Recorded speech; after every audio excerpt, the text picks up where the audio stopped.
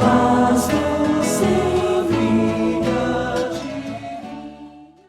Lembrando que o conceito que nós temos no Novo Testamento ainda do Espírito Santo, ele não é o contexto, o conceito que nós temos hoje, os nossos irmãos católicos, do Espírito Santo ser um outro Deus.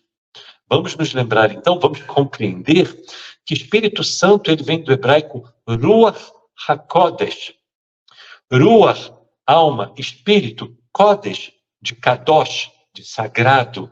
Então, no Antigo Testamento, o Ruach HaKodesh, o Espírito Santo, é um atributo de Deus.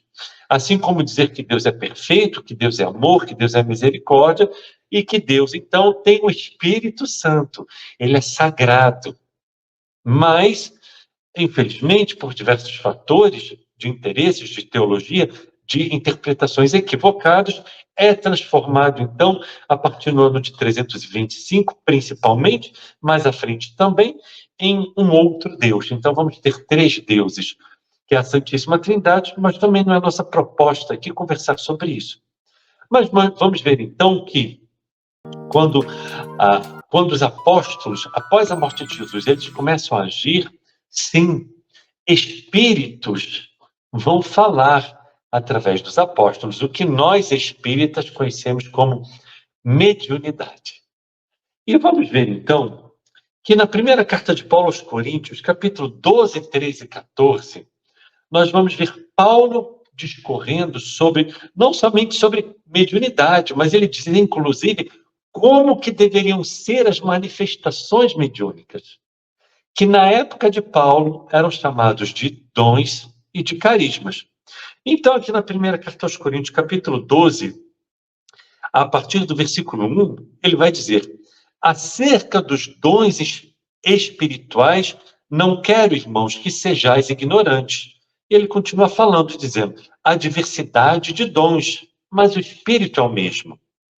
Mais à frente, ele vai dizer, na 1 Coríntios 12, 7, a manifestação do Espírito é dada a cada um para o que for útil. Mais à frente, ainda na primeira carta aos Coríntios, capítulo 12, versículo 28, olha o que Paulo vai nos dizer.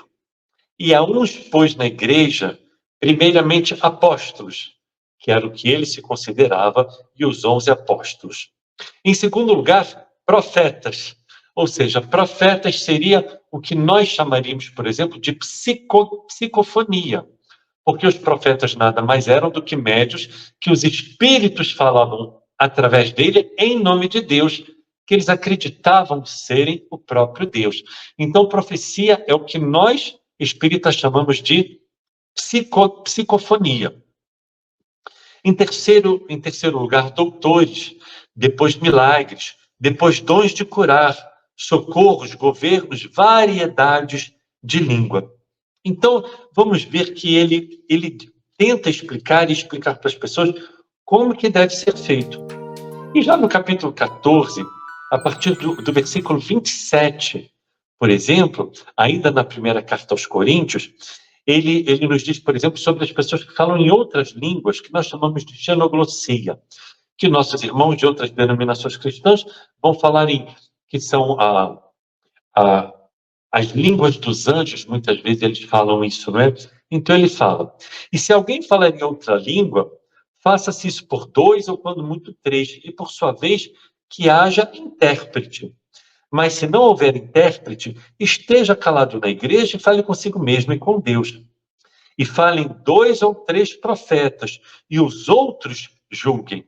Ou seja, ele está dizendo que ele dá uma ordem. Ele diz como deveriam ser as psicofonias, que ele chama aqui de profecia. Ou seja, o Espírito falava através da pessoa, e ele fala, falem 2 ou 3, e os outros passem pelo crivo da razão.